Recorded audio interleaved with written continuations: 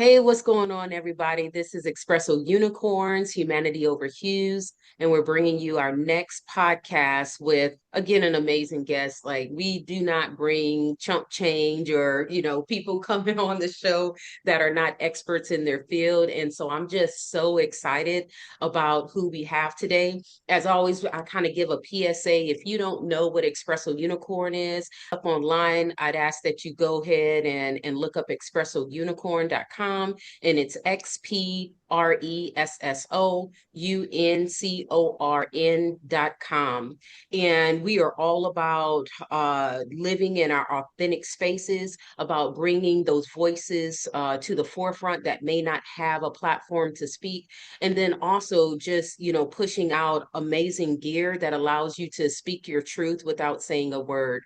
So please get online and follow us. And then, of course, what we're doing today is Humanity Over Hues, our podcast that we love, and we thank you for our listeners who are always out there commenting, and then also just soaking up the knowledge that kind of comes out. And so today we have a phenomenal guest that I met, I want to say 4 years ago, and I was taken with her 4 years ago, as I still am today. And so we have Dr. Natesha Smith-Isabell. She is the co-founder and the CEO of Arabella Wellness out in Texas. And where I met her was from the military side of the house I was about to say the university, right? But it's not. It's West Point, which is a United States Military Academy.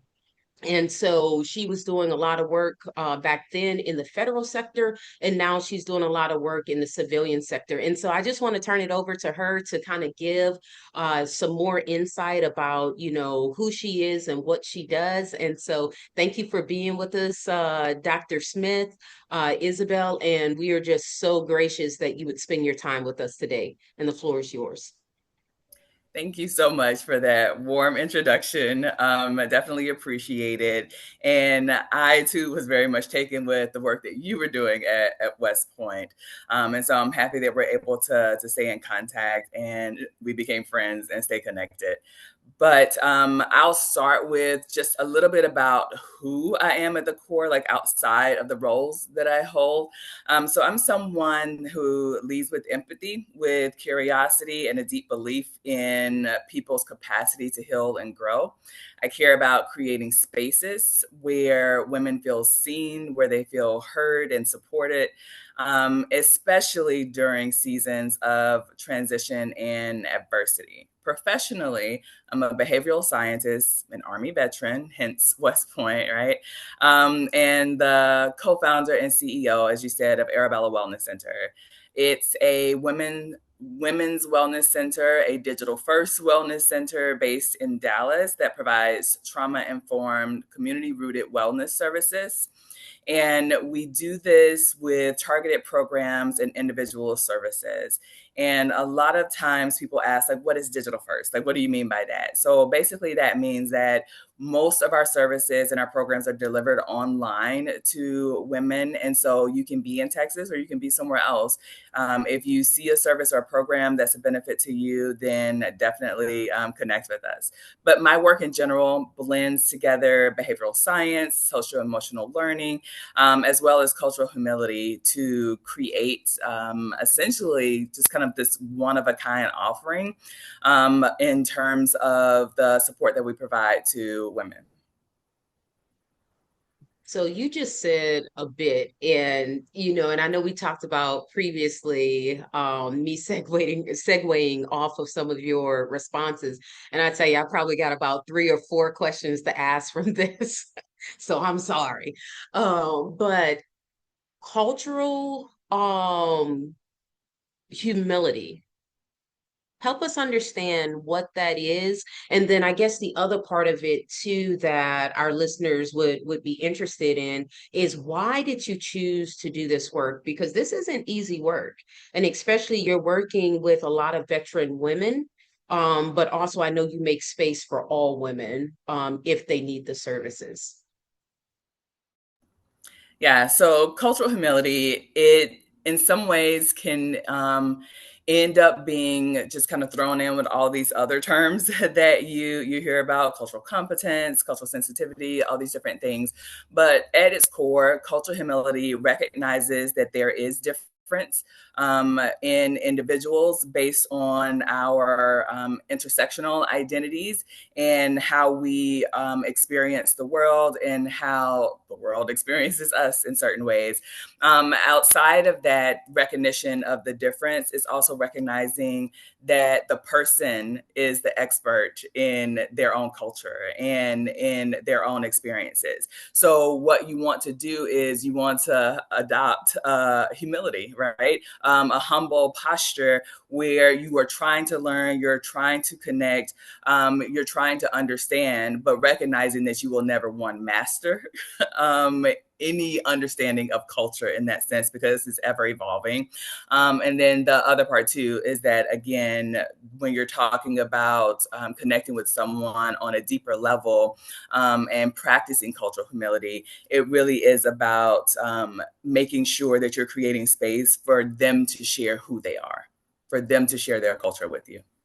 So I love that. So back when we were doing the work at West Point, one of the things that we talked about was empathetic curiosity. And so that's one of the things in Espresso Unicorn that we continue to talk about, because where I think the divide continues to widen is people have, first off, people have been able to not care about what that other culture has had to deal with and has had to experience, right? And then as we continue to see the deeper divide, whether you go from the political side or you go, God knows where, it continues to widen because people are not being prompted to truly learn if it's outside of their comfort zone. You know what I mean? And so that's where the empathetic curiosity comes into play for us, because it's like, have a desire to know who's sitting next to you, and not because you want to be accusatory, because you just want to know who your fellow man is and what some of those struggles may have been that has shaped who they are, right? Because you said it wonderfully. The environment also shapes us, right? It's not just the culture that we bring in, but the environment that's actually causing us to be a certain way. So I love that tie between the two. And I will tell you, this is my first time actually hearing cultural humility. So I may have to take that from you, FYI. but Not a problem. but I love it. Yeah, right. But yeah, so my other question was, why this work? This is difficult work, right? Why? Um, the first why is needed. It arrives from my own experiences. It arrives from my sister's experiences, because she is the other co-founder of Arabella Wellness Center, and it arises from conversations that we've had with women. Too many conversations throughout the years about gaps in care, lack of compassion, lack of empathy, lack of understanding, a lot of gaslighting that happens with care, just because of how the healthcare system is structured in a lot of ways, including like mental health. And it it also arrives from a historical kind of decentering of women's experiences and women's needs. So when we started to think about, like, what does this need to look like, we knew that it needed to be women founded, it needed to be women designed, and women led. And so that's where we are now. Have you ever heard of the term second generation bias or second generational biases? No, I haven't. So I just read this article, and it's Harvard Business Review, with a few of officers that I mentor, and that was a new term for us as well. And some of what you just hit on sounds like a part of that.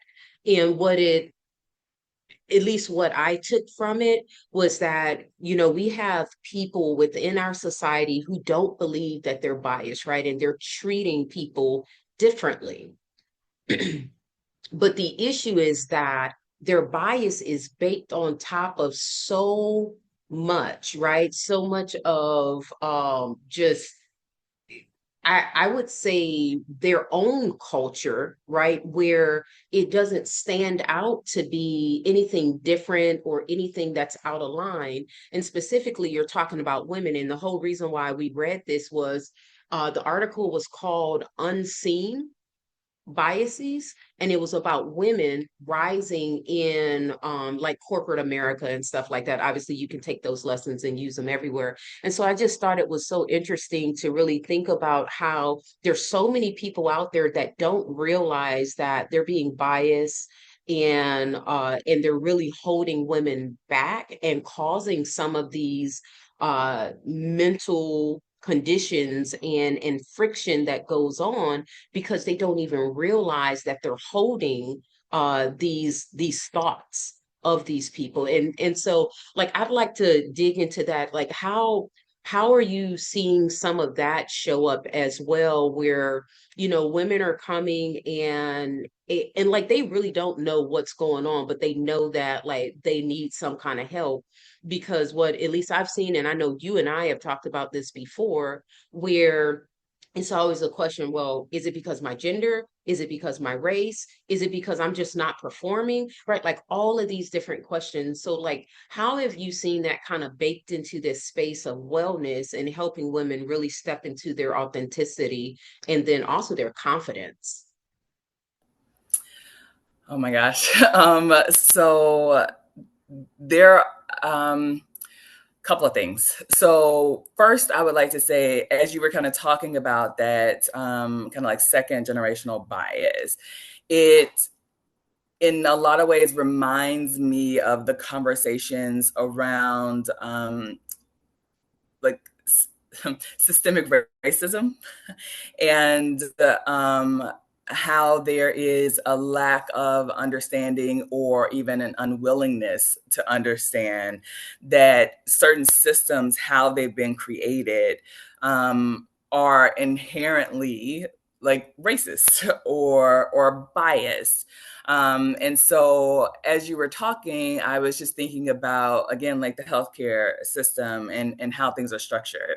So I can just focus, we could just focus on like reproductive health, for example, without getting into too much of the controversial side. I'm gonna stay on the other side of things in the sense that when women are experiencing menses and different sort of like complications, bodily pain, different things like that. A lot of what happens in addition to that. So if they're experiencing any sort of other discomfort or pain in their body, have heard doctors tell them, "Oh, that's just because you are like ovulating. That's related to your menstrual cycle. Like that's nothing to worry about. Like that's just normal, right?" Or in instances where women are having certain procedures in doctors' offices that don't require, according to medical professionals, anesthetics. But women are clearly saying and have been saying that this is extremely painful. This procedure is extremely painful. Can something be offered to me? And doctors, again, because of training, because of systems, are saying, "Oh, they're exaggerating. It's not that bad. Like there isn't that much pain attached to this," and are oftentimes just completely dismissing the experience that the woman is sharing. And so, by and large, I think that the bias shows up in the assumptions that the provider has about their knowledge of the woman's body, even though it hasn't been researched nearly as much as the male body. And they're holding on to the biases that they're kind of that are inherent to the system, where they're, like I said, just very dismissive. I think about fibroids, right? Something that's very prevalent in certain communities. However, where's the research that supports that or identifies it as an issue that needs to be researched?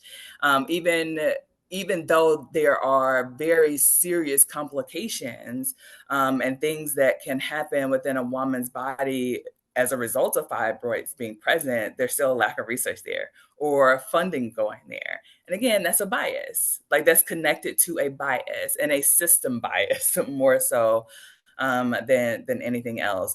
But I think it's just very prevalent in general throughout like any sort of area in reproductive health. The last point that I'll make too is when you think about where the programs, where is the literature, where's the information about perimenopause, about menopause?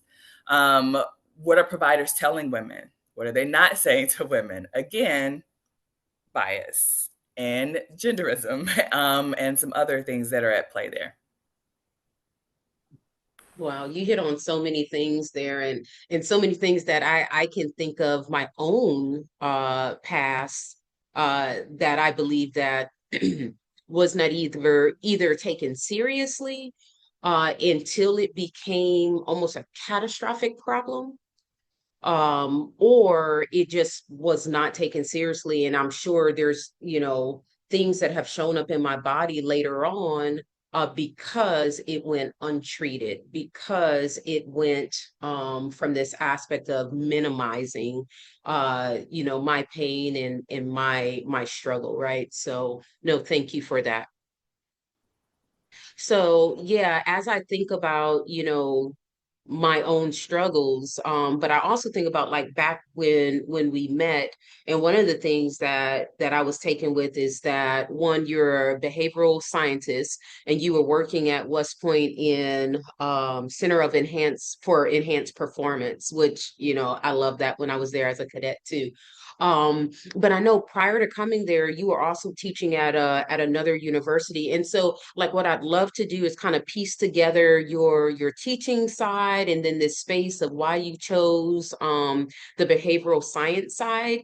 And then now you segueing into Arabella as well. So if you can kind of tie that together for us. Absolutely. So, in terms of behavioral science in general, I've always been deeply curious about human behavior, essentially why we do what we do and how we make meaning from the pain and the experiences that we have. And then also, um, directly connected to my own medical transition from the military. How do we turn just kind of mirror survival into like post traumatic growth? I didn't have the language for post traumatic growth initially, but that's essentially what I was looking to understand, to better understand. So, like I said, my own lived experiences, navigating my own kind of trauma and transition and recovery after the military, and so I decided to pursue the study of that, the study of human behavior. And so, what I found is that behavioral science gives me a lens to understand individual stories and individual struggles within the narrative and context of like systems and relationships. And it's just really helped to provide the foundation for the work that's happening at Arabella. So I know that like part of our focus today is talking on like suicide awareness and suicide prevention. And kind of the crux of that is relationship, right? So what we're providing at Arabella, what we are promoting, what we're educating around has to do with community healing.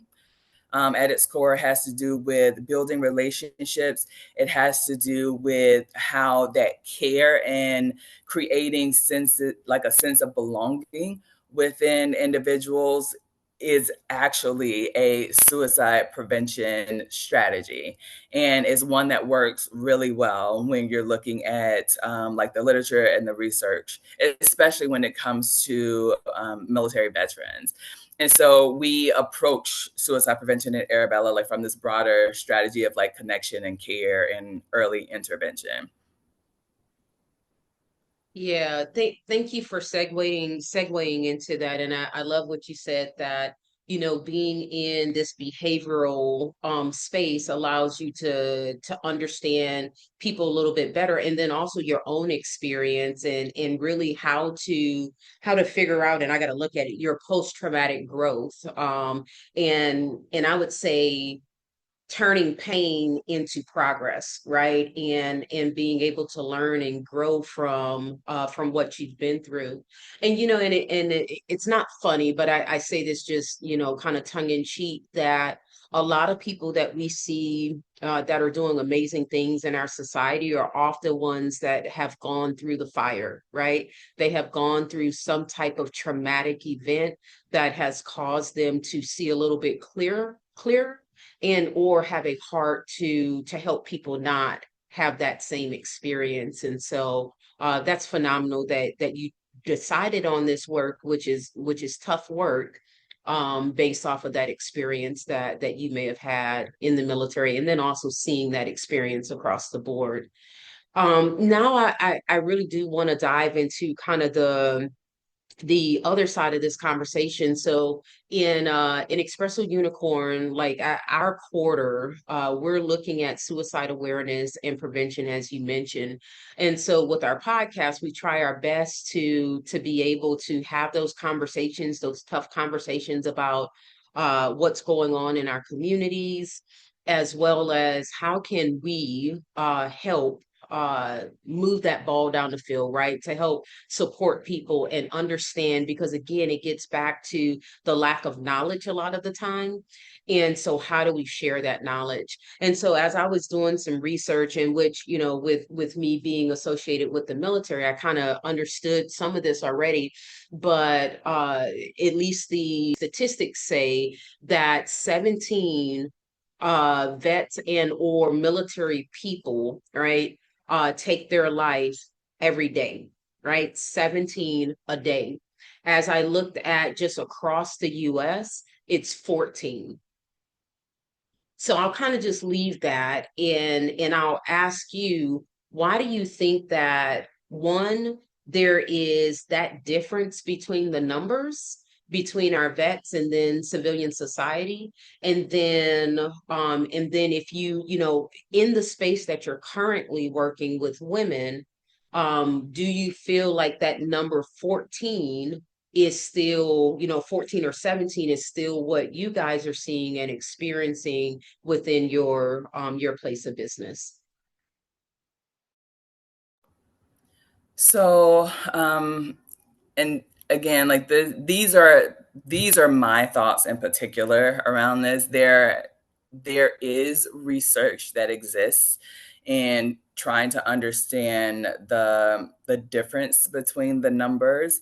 And just as someone that has gone through that transition, what I will say is, depending on, and I don't have necessarily a better word for this, but depending on your level of connection to the military or your indoctrination into the military's culture, that is oftentimes the best kind of driving force, or can contribute the most to understanding whether or not that transition potentially is going to be challenging for the individual. And so what I mean by that is, I was only in for a short amount of time compared to someone that maybe like retired out at 20 years, less than 5 years for me. And so I still struggled though, because as I was being trained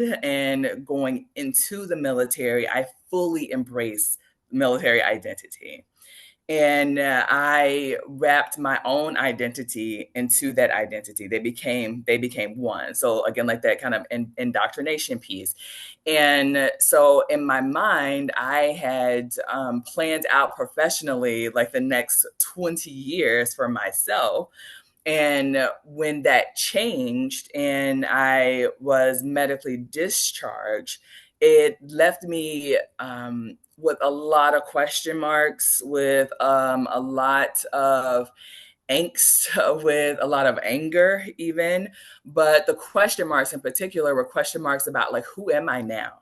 if I'm not a part of this system, like who am I? What am I supposed to be doing? And oftentimes, that paired with an attitude of let's just keep moving starts to bury some things that will eventually come up later. Like as a behavioral scientist, you know that too. Like nothing really stays buried. It shows up in different ways. It shows up in your body physiologically. It shows up mentally, and so my thought is, and what the literature is starting to support, is that because of the total military system, in the sense that this is all encompassing. It is not a job. It is a way of life. It oftentimes is closely tied to someone's identity, and when they lose that, it is severed.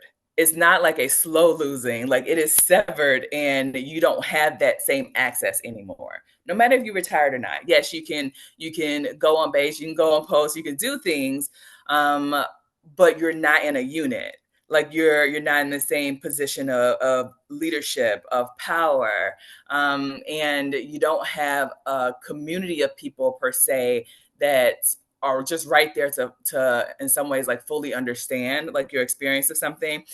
And that's kind of tongue in cheek too, because no one fully understands like someone else's experience, but at the same time, that built-in community, that built-in unity, um, when that's gone, then sometimes the sense of belonging is gone, sense of self is gone, and that contributes to the higher numbers. Yeah, that's good. I've thought about it before, but obviously since I haven't had to make that transition yet, it's definitely one of those things where I kind of understand, but I don't think you fully understand until you do it. And so, yeah, so there's tons of organizations out there that are trying to help people really embrace some of those indicators and embrace the fact that you can be a part of the solution. And obviously when people make up their mind, they make up their mind, but still that smile and that ability to kind of see some of those things could be helpful. It could save someone's life. And so one of the things that I definitely want to hit on is what are some of those indicators as we think about awareness, so suicidal ideations. What are those things that we as people should kind of like the hairs on the back of our neck should stand up, or our ears should perk up if we hear some of these things. So if you want to kick out a few, please go ahead. I also have the National Institute of Mental Health. I have some of their information up too. So I'd love for us to just kind of share back and forth, like what are those things that we should be on the lookout for? Okay. Before I answer that one, though, I do want to just kind of take a moment to emphasize kind of like a national, I guess, like program, especially in the space of veteran suicide prevention. And that program is Onward Ops. And so Arabella Wellness Center is a community integration coordinator for Onward Ops, which means that for North Texas, any woman veteran that's moving to this area is able to connect with us, and then we can walk alongside her in her transition. But what's pivotal and critical about like our connection with that woman veteran is essentially that we're connecting with her before she leaves service. So once a separation date, a retirement date, a medical discharge date is identified, they have the ability to connect with someone that's on the ground in the community that they plan to move to. And we're able to engage in more preventative measures. Because that's the thing right there, like to get on the front side of it. And for too long, unfortunately, military personnel didn't have that sort of community net or safety net available to them. Now they do. And so there are other community integration coordinators throughout the US, but I wanted to spotlight that piece first. The other thing So is oh, sorry, go ahead. I'm sorry, let me stop you real quick. Can you say what that organization was again? Not Arabella, but the larger organization? Mhm. It is Onward Ops. And so it's onwardops.org. Mm-hmm. Okay. No, I think that's great for people to have because, even back when I was working with WTU, so we're a transition unit, we had things like voc rehab and some of these other things that would allow the soldiers to kind of tap into it and start doing some type of treatments, even though they didn't know at that time whether or not they would have to transition out of the service or if they would, they were going to stay in, but it was open to them. So I am so glad to hear that you guys are connecting with women before they step foot outside of the service. That's amazing. Yeah, yeah. It's really exciting work. And Arabella has been able to provide the training to essentially what we call like the peer mentors.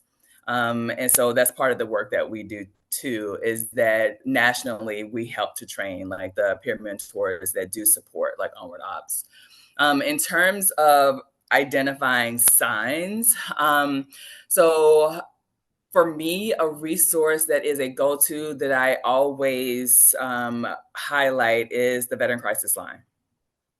And so I'm saying the Veteran Crisis Line, but the crisis and warning signs that exist on this website are applicable to any person, right?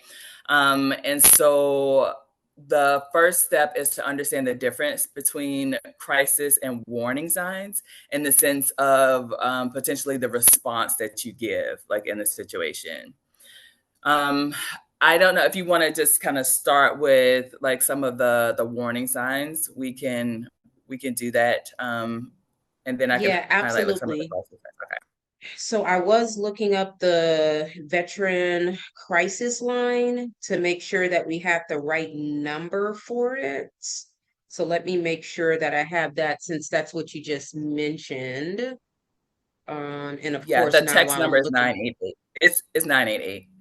it's just 988. Okay, good. Mm-hmm. So everybody heard that. So the veteran crisis line is 988 if you need to get in touch with somebody. Also, if you need to text them, it's 838-255.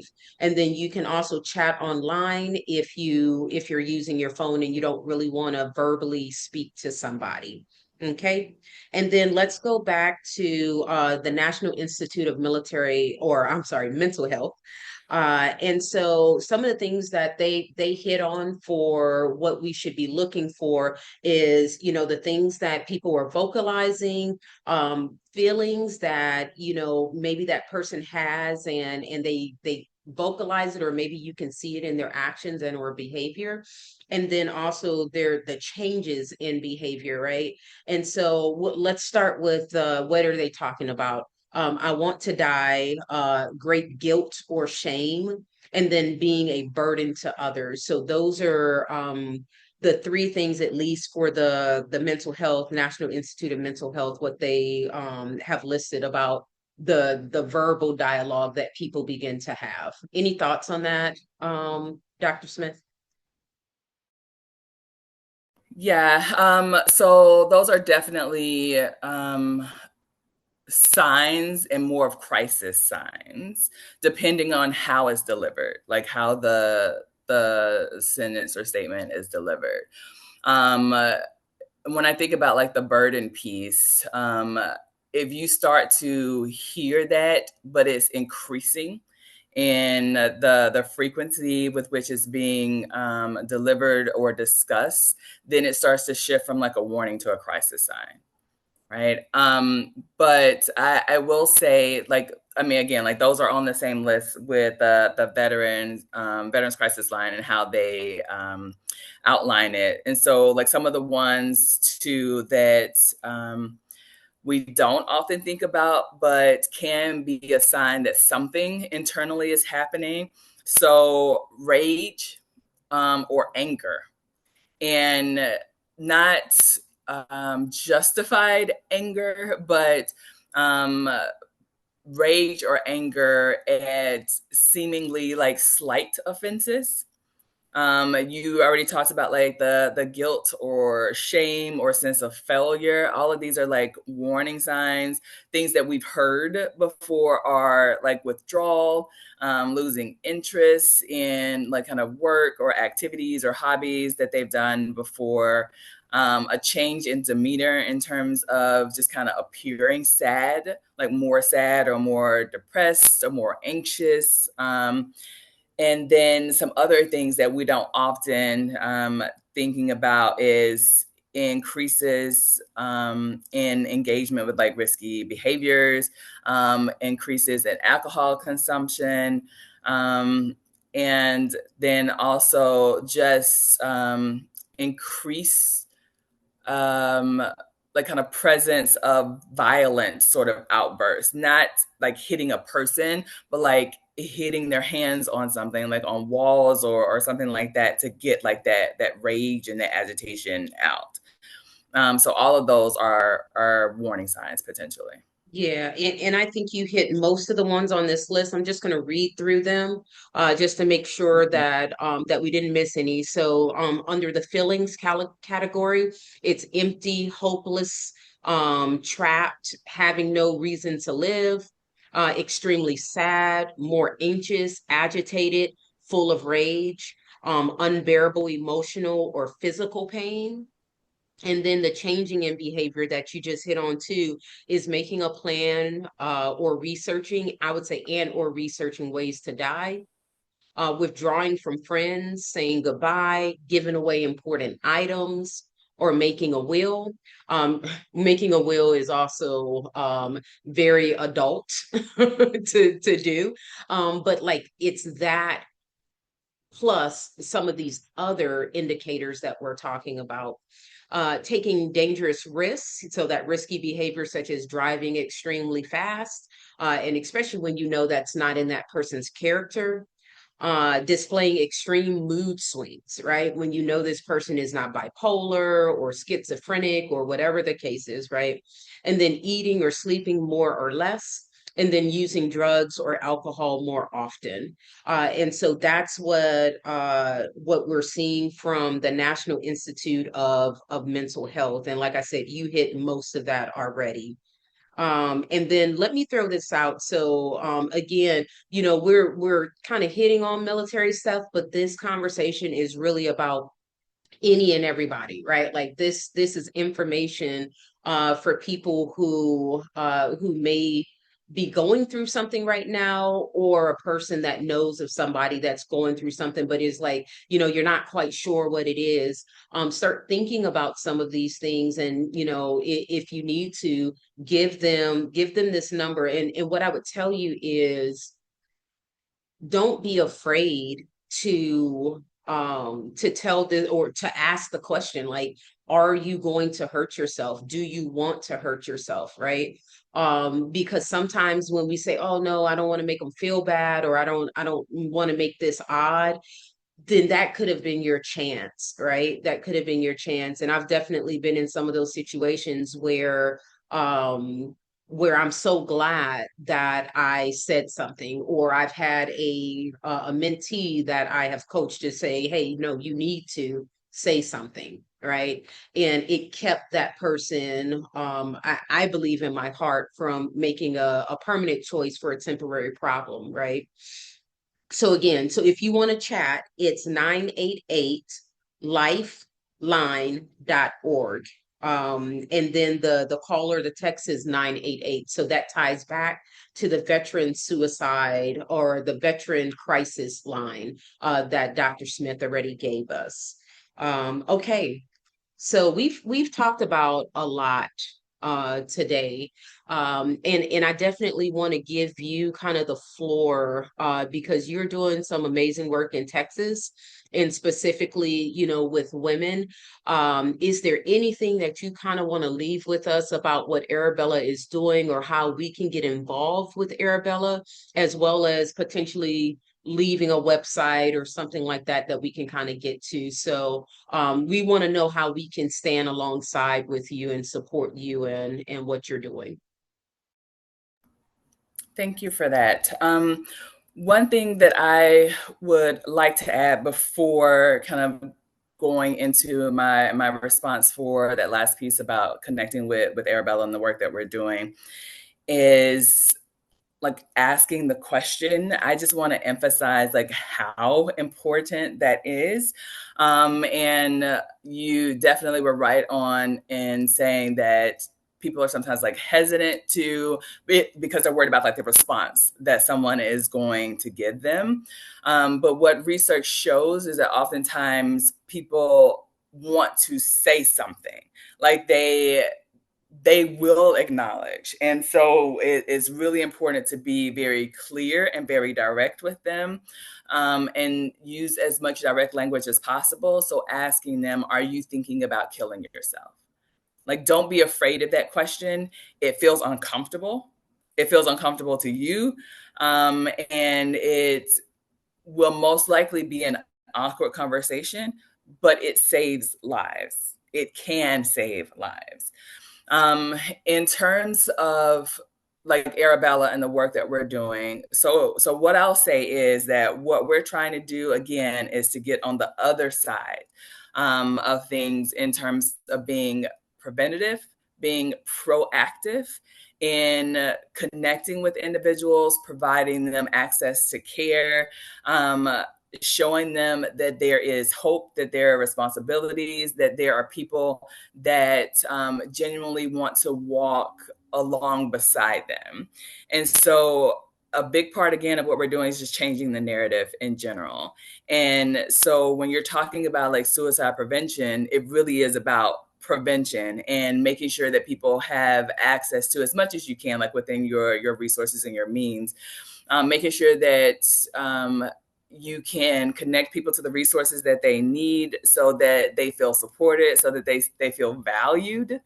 And without going too far into like anything new, if you just kind of think about Maslow's hierarchy of needs in general, like belonging is on there, but also are just kind of basic necessities in terms of food, shelter, water. And so all of that kind of combines as the preventative stance that you can take. And so for anyone that's interested, as I mentioned, we do a lot of the peer mentor training for the Onward Ops organization. And this is for anyone that's interested, again, in being a peer for a military service member that is transitioning out. There are over 200,000 that transition out every year. And some of them want support, some of them don't.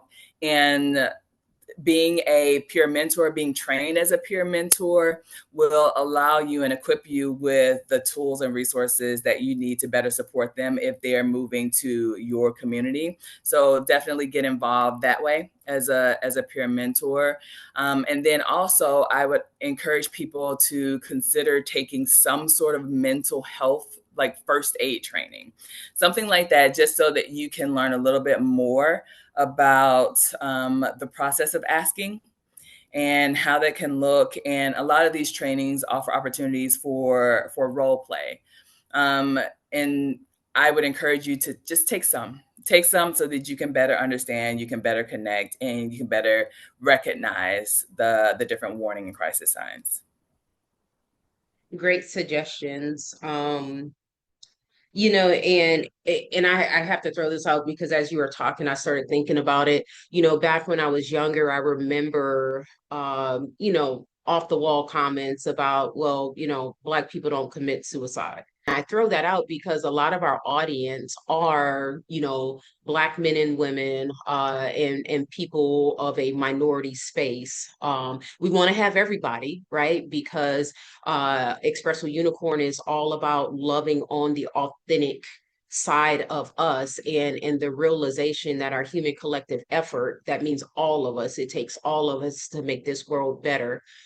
So I'd love for this to be shared with whoever, but I throw that out because I think that is that along with many of other things is just a misunderstanding that that is not the case. And even if it was less prevalent back when my parents were growing up, guess what? It is more prevalent now because the stressors have increased. And so thank you for that. One thing that I do want to share is that the Arabella website is Arabella Wellness, WELLNESS.org. So you are able to get on the Arabella website and kind of see for yourself what Dr. Smith and her sister and the rest of their team, what they're doing. You're also able to provide donations if you would like to, and there's a few different ways to be able to do that. And our unicorn family, we hope that you will stand alongside this phenomenal woman and her nonprofit that she has, because as I say, we don't bring people on here that are not experts in their field. And so it is a pleasure that we were able to have this conversation with you today. And I hope somebody, a whole lot of somebodies got stuff out of this, right? Because I did. I learned a bit more that I didn't know about, and then also I actually understand a little bit more, but of what Arabella is doing. If I can slow down in my speaking, but yes. And so, thank you for sharing that. Any last words for the audience before we break off? The last thing I just want to reiterate, and you touched on it too, is that healing happens in community. We have to stop isolating ourselves and thinking that what happens to someone else doesn't impact in some way. We have to start again, kind of working together, supporting one another, and healing like through community. Yeah, thank you. All right. Well, this is Dr. Andrea Peters of Espresso Unicorn with our Humanity Over Hughes podcast. Again, this quarter is about suicide awareness and prevention, and we're going to do our best to make sure that we send this message out far and wide so we can stand alongside of our brothers and sisters that may be struggling out there. Thank you again, Arabella and Dr. Smith, for being with us today. And take care, and we'll see you next time. Espresso Unicorn envisions a world where individuality thrives within a tapestry of shared humanity. Our apparel is a canvas for self-expression, and our actions reflect our commitment to the human collective effort. We believe in the transformative power of education and strive to empower individuals through our philanthropic initiatives. Join the dialogue on our Humanity Over Hughes podcast as we explore critical topics and inspire change. Discover our initiatives and become a part of the change at espressounicorn.com. And follow us on social media to stay connected.